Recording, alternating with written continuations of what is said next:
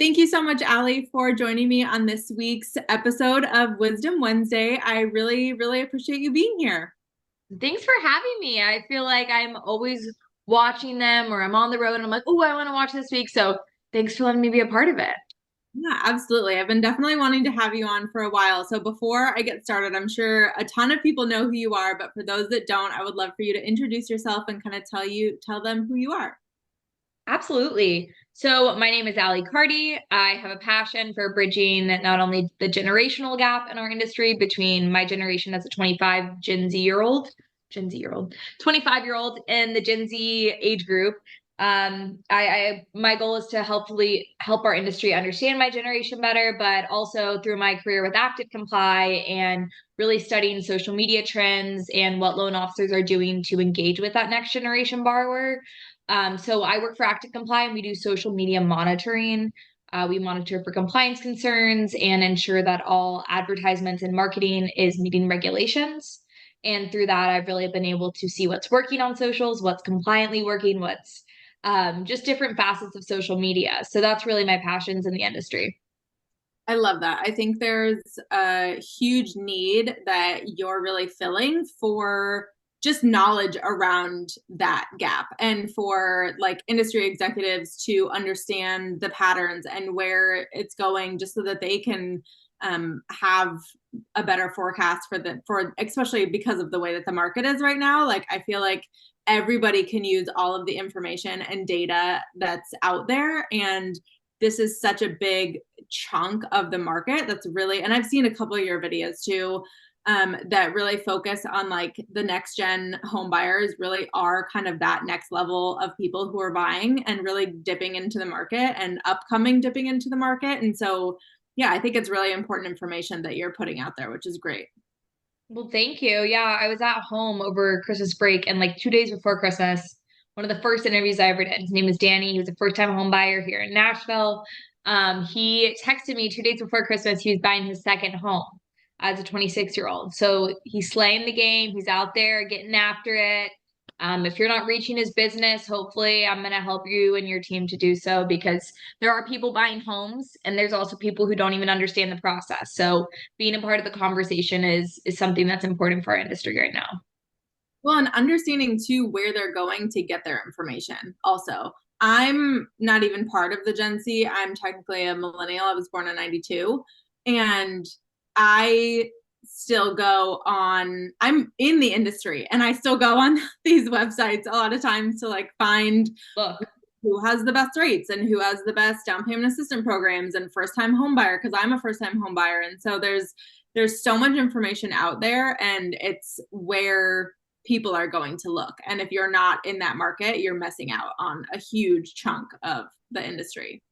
digital branding is just so vital. It's crazy. I like there's so much information out there though too that it's like it's important to develop trust with those prospective borrowers because it's so much information at once. If you Google how to buy a home, you get so many results. So if you're just showing up and like reminding people in your network or just out there, even in conversation, hey, this is what I do. If this is ever arises, like reach out to me. Would love to walk you through it because I think our generation is just so desperate for guidance and just like some trusted source. Especially if they don't have parents to rely on, because I'm fortunate. My parents are both in the business. I'm in the business, but not everybody is. So becoming a trusted source, reminding your network what you do. And I think like I know you do a lot of video content and you really stress, social media, it's important, but that's really my best advice for anyone trying to engage with Gen Z is meet them where they are. A lot of us work from home and a lot of us are not out at a bank getting a check or out in the world, unfortunately. So being on social media will be huge. Yeah. I love how you said really developing the trust. I think one of the best things, and I've talked about this a lot on these episodes, is one of the best things you can do when you're on social media is just be as authentic as possible and be yourself. Like my mom always used to say growing up, if you're not being yourself, who are you being? And that like really stuck with me. I'm just like, I don't know who I'm being. Just like I was dating somebody and I told her I just can't be myself around him. And she was like, well, then who are you being? And I was like, I don't know. Big I guess one. I have no idea. And so that's always stuck with me. And so just making sure you're like super authentic, and because people resonate with that. You don't have to be perfect on these videos. You don't have to. I love the one take and done. I know so many people who have done that, and they're really successful in their following, and people who trust them, and people who really engage with their content and are their friends. And I mean, that's the goal, is to build those relationships with your followers. And Genuinely who you are, like yeah, who is going to show up at a coffee meeting. That's who should be on video too. It doesn't need to have the cat ears or all the crazy stuff on it. And too often I think since I've been on this social media bridging the gap, mission, I have a lot of LOs who are very experienced and well into their career, and they just feel like they're too old. And I'm like, there's no too old. Like who you are is who you are. And so bringing it to social media, it doesn't have to be acting like you're 30, you can be 55 and have a ton of experience. I've done some interviews where people are like, I don't trust a 25, 26-year old in my network to help me with the home, but I trust a 55, 60-year-old man or woman who's been doing it for 30 years. And I think that that is really the biggest message I have for people who are like, I'm too old, I'm too uncomfortable on camera. It's like, show up who you are, and chances are people will relate to you in some degree. But I also think that there are tools out there, like I don't even know off the top of my head, but there's like, I record all my stuff on TikTok, but there's apps that will kind of allow you to get practice reps in. You don't have to go live on Instagram for your first time. But I do think there's power in just, if you say 5 times, own it, show up, and just post it. But I do think that there are resources to help people who are a little bit hesitant. yeah. Well, and two, there's so many different ways to do content. Like you can put your phone in front of you and do a video and record yourself. That's perfect. But if you don't feel comfortable like showing your face necessarily on camera for the first couple times, do a voiceover. And there's so many Yeah. different tools to like help you learn how to do that, and do, cause like there's some skill, I think, like diving a lot deeper into like how to do the content that like I don't even know how to do, and I really don't have the time right the second to learn how to do it. Oh, And so I feel that. I do what I'm comfortable doing. But I do think for people that aren't necessarily comfortable with it quite yet, there's so many different avenues to explore, to figure out at least how to just get information out there that's authentically yourself. And I think the biggest hack is like, you already most likely have a personal Instagram or a personal Facebook that whether you follow your kids on, you follow your neighbors, you're out on social media to some degree. And chances are people in your network are buying homes, but they're not thinking of using you because they forget that that's what you do. And unless you're out there romanticizing your life every day, like so many girls my age all wake up on TikTok and they're like, a day in the life to go get coffee with me. And I'm like, I'm watching because I want to see what they do. And so I feel like the mortgage industry, if you're just like, hey, I'm showing up to the office today, getting my coffee, sitting at my desk. This is what's on my agenda today. Let's get after it. Hope everyone has a great day. You're reminding people, oh my gosh, he does home finances, or hey, he could help me get a loan. I'm going to reach out because that's what he does for a living. So I think that reminding your network is another great way. It's not like, oh, I have to get 15,000 followers. You already probably have 1,500 Facebook friends that you can just remind, hey, this is what I do every day. So, on this topic a little bit, you are one of the speakers at the upcoming IMB conference, and I would love to hear a little bit more about your session. It's on Tuesday at, I believe it's 2:30? Maybe it's 1:30. 1:30, yes. 2:30 Eastern. Yes. And so I would love to just hear a little bit more about what that session entails and why it's so important. Yeah, I think that this is so full circle for me because NBA IMB January of 2023, I sat through the session and I was like just so moved by it for some reason. I was like, okay, the NFM team is onto something with this influencer program. And KP, I follow his content. I love it. I learn a ton from it. And Garth Graham was the other moderator. I think he was in place for Sue. But just the three of them, I was like, they're speaking to me, and I hope everyone in the room understands that this is going to be the future, in my opinion. And so I remember raising my hand, and I met Laura Hopkins there, and I was like, these people are onto something. I'm 24, and I was like, I raised my hand, and I was like, this is going to be the way to gain business, or at least get the message out there about the mortgage industry. Because it's so often that people are like, millennials are so pessimistic because of '08. Gen Z is probably worse because they don't even have any idea what the mortgage industry is. So it's like '08 felt like the millennials in '08 were like, oh, like I never want to buy a home, so corrupt. But Gen Z doesn't even know there's a home ownership, career avenue out there. And so then they're not also talking about home. So I think the session hopefully will be a lot like last year. Hopefully it'll be moving, and I'll be able to share really my perspective on how to win that next generation business, which goes along with the social media, the influencers. We'll hopefully highlight ways that industry executives can be empowered to get started, because honestly, at the end of the day, I wouldn't have ever done my videos if I had not found KP outside of that room. I was like, KP, I am so nervous. I don't know what to do. I'm thinking about posting on LinkedIn, but what if people think I'm like naive or inexperienced? And he was like, just do it. And I remember being like, wow, here is this C-level executive, one of the biggest lenders in the nation, and he's telling me to go out and do it. And I was like, so without executives or people that will be hopefully in the room jumping on social media, embracing the idea, it's going to be hard for their sales teams to want to do it too. Because I mean, me being a part of a sales team and coming from Oracle, Dell, some of these big Gen Z sales teams, um, I if my boss wasn't doing it, I would have been like, he's making fun of me for doing it.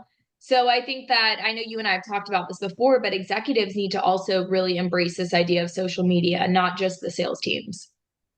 I love that. I think there's so many different ways for executives to hop on. Like KP does all of the like the walk and talk videos, but he Yes. also like really explains very in depth, like The capital markets sector. the capital markets and the Fed, and explains the job report that comes out and why that's important. And so there's so much knowledge that they have that is willing to be shared. And I think one of the biggest things that I've gotten as a takeaway from interviewing a lot of industry executives, whether it's in my role as the director of member relations on the membership team at MBA, or even just the lead of residential impact and doing the Wisdom Wednesday videos, every time I interview an executive level member at a company, they always have the same answer as to why they're doing it, and it's to give back. And I interviewed someone a couple weeks ago that I asked, why do you do videos on social media? Because you're not part of a sales team, you're the chief lending officer at a big IMB. And she said, the only reason I do it is because I have information that I want to share, and I want to give back to the industry that's given me so much. And so there's so many different ways to be able to put yourself out there on social media, whether that's just sharing some knowledge about your day, or sharing some knowledge about the new FHA loan limits that just came out, or just and explaining what those are and why they're important. There's so many people who really resonate with members like that, that it's worth at least trying and dipping your toe in the water. Yeah, and I want to give a shout out to Tim Pascarella. I spoke with him from Ross Mortgage a couple weeks ago, and he I was doing like a session with his team on social media, and come the new year, he started posting, and he's posting his predictions for the year, and I was like, that's a great idea. Like, and he's also posting his sports predictions, and I think that's a great niche for him to have, because at conferences I see him walking around in a jersey, and I'm like, oh, love. And so I think that it doesn't matter what your expertise is, but you can also pull in your personal side. Like, it doesn't have to be, oh, I know everything about the FHA loan limits, or hey, let's talk about what to expect in February. It can also just be, hey, this is who I am, and I'm confident enough to be on video, so you guys should be too. And I think that it doesn't have to be expertise. It can also just be, hey, I want to get to know you, and hopefully you feel like you know me through this video. So are there certain like takeaways that people can use when they're like first starting, whether they're on the sales team or as part of an executive level, that would be good just to like start out, like once a week, twice a week, once a month? Like, what do you think is a good kind of like starting cadence for just posting something? I mean, I think the answer to that is kind of, it really depends on the person. And so many people are like, well, what does Gen Z think about this? And what is Gen Z? And I'm like, it's all about the person at the end of the day. And I think that's replicative in this question, because I think if someone loves video content and they are have a ton of like passion for like an expertise level, like whatever chief lending officer you spoke to had a ton of information and they want to share that, great. But if you just want to hop on once a month and be like, hey, let's talk about what the market's doing today. It's January 1st, February 1st, March 1st, every first. Don't overextend yourself. You as an executive know your limit. If you can't show up, it's way worse to commit to it and say, hey, every first of the month I'm going to be on there and miss it. And so I think starting small is a way to get started. And if you love it and you're feeling empowered and it's helping you gather your thoughts, that's how I feel when I do some of my videos. I'm like, all right, yeah, that does make sense. Because sometimes it's all up in my head, and when I say it out loud, I watch it back, I'm like, all right, this is good. So I think each person is going to be different, but really figuring out a cadence that's not too much at the beginning would be my biggest suggestion. And then really focusing on short content, because it doesn't have to be a huge thing. Now, interviews probably are easier. Like if a chief executive wants to be interviewing some of their top performers once a month, hey, what are you doing to be successful? That's what they post in their internal Slack or whatever. But finding your own cadence and just sticking with it would be my best advice. That's great advice. So I think the last thing that I would love to ask you as a young professional and part of running the residential impact group here at MBA is really creating a space for the young professionals to be able to come and learn kind of about how to not only grow their career, but learn like professional development skills to just broaden their horizons a little bit too. So I would love to ask you, like, as a young professional in the mortgage industry or outside of the mortgage industry, doesn't even have to be within mortgages, but what do you think has been your biggest challenge just as a young professional, kind of like rising through the ranks a little bit? Wow, another great question, Ashley. You're crushing.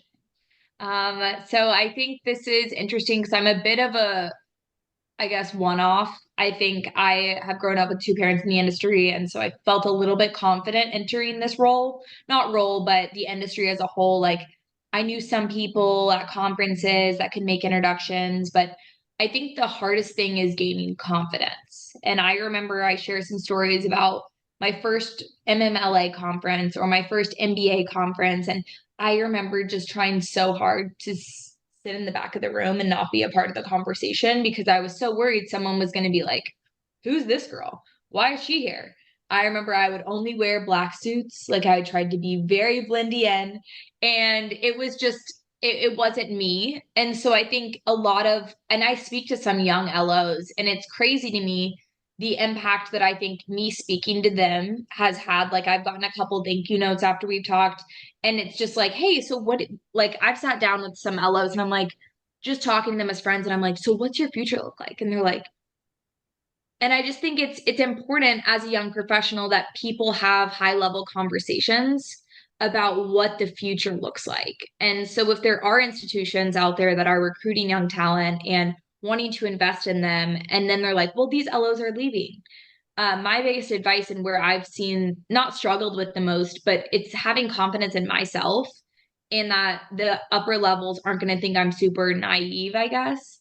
But I think it's important to just have those high level conversations. What do you want out of this career? What's your why? How can I help you accomplish that? I've been really fortunate to have those conversations.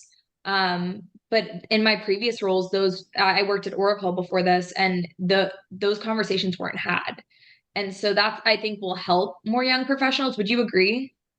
I would absolutely agree. I think that ties into a lot of like the mentor piece. And I talk a lot about mentorship, but I think the biggest takeaway that like I really, really want people to make sure that they understand is mentors do not have to be formal. You were a mentor to your friend just writing down and you got a thank you note out of it. And you didn't even obviously do it for the thank you note. You were No, just, I was just like, what are you thinking? And they're like, I've never been asked this. And I was like, I'm so fortunate to be involved in these conversations that make me feel valued where I'm at and just that I'm on the right path. And I think as a young LO, the way that our industry works commission wise, it can be really like frustrating if you don't feel heard and you're just in a sea of people who nobody pays attention to. yeah, having somebody that is just at least there to like bounce ideas off of and like you said have those conversations and know how to have the tough conversations, or if you have to have a tough conversation, maybe you have like a practice conversation with this person before that. Like I know I've done that a million times because I'm not good at confrontation at all or like having those tough conversations, so I like write everything down and I practice a million times before I go in. But like having somebody like that in the industry to bounce ideas off of and ask those questions, and but then also like ask you the tough questions as well to like really make you think about it and make you think about, well, what do I want, or where does my career go from here and how do I get there, and figuring out the tools to be able to get there. I think with Impact, I really want to be able to provide the resources for those tools. I know MBA does a really good job. We've partnered with the Engage mentoring program, and that has cohorts 2 times a year. And so I want to make sure that that gets out there a little bit more. But and that's a very formal mentoring program, and that's incredible. And I think you should join in on any type of mentoring program you can, but then also having friends in the industry and colleagues and coworkers and upper level management that you can go to is also incredibly important too. That's not necessarily that formal mentor. It's just somebody that you care about and cares about you and you've built that relationship with and you feel comfortable asking those questions. Yeah, and I think like you mentioned earlier, there's so many leaders that are doing social media to give back.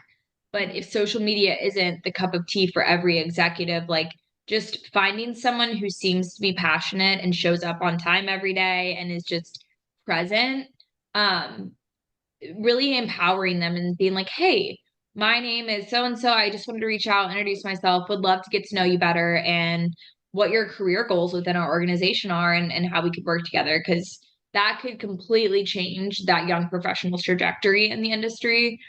Just spending like 15, 20 minutes with them. Something that I have that's stuck with me too is something that Marsha Davies said a while ago. I think it was during the first Empower session that I attended at right before annual when I first joined MBA. She said the leaders, the women who are at the top, we've ridden that elevator all the way to the top and it's time to send it back down.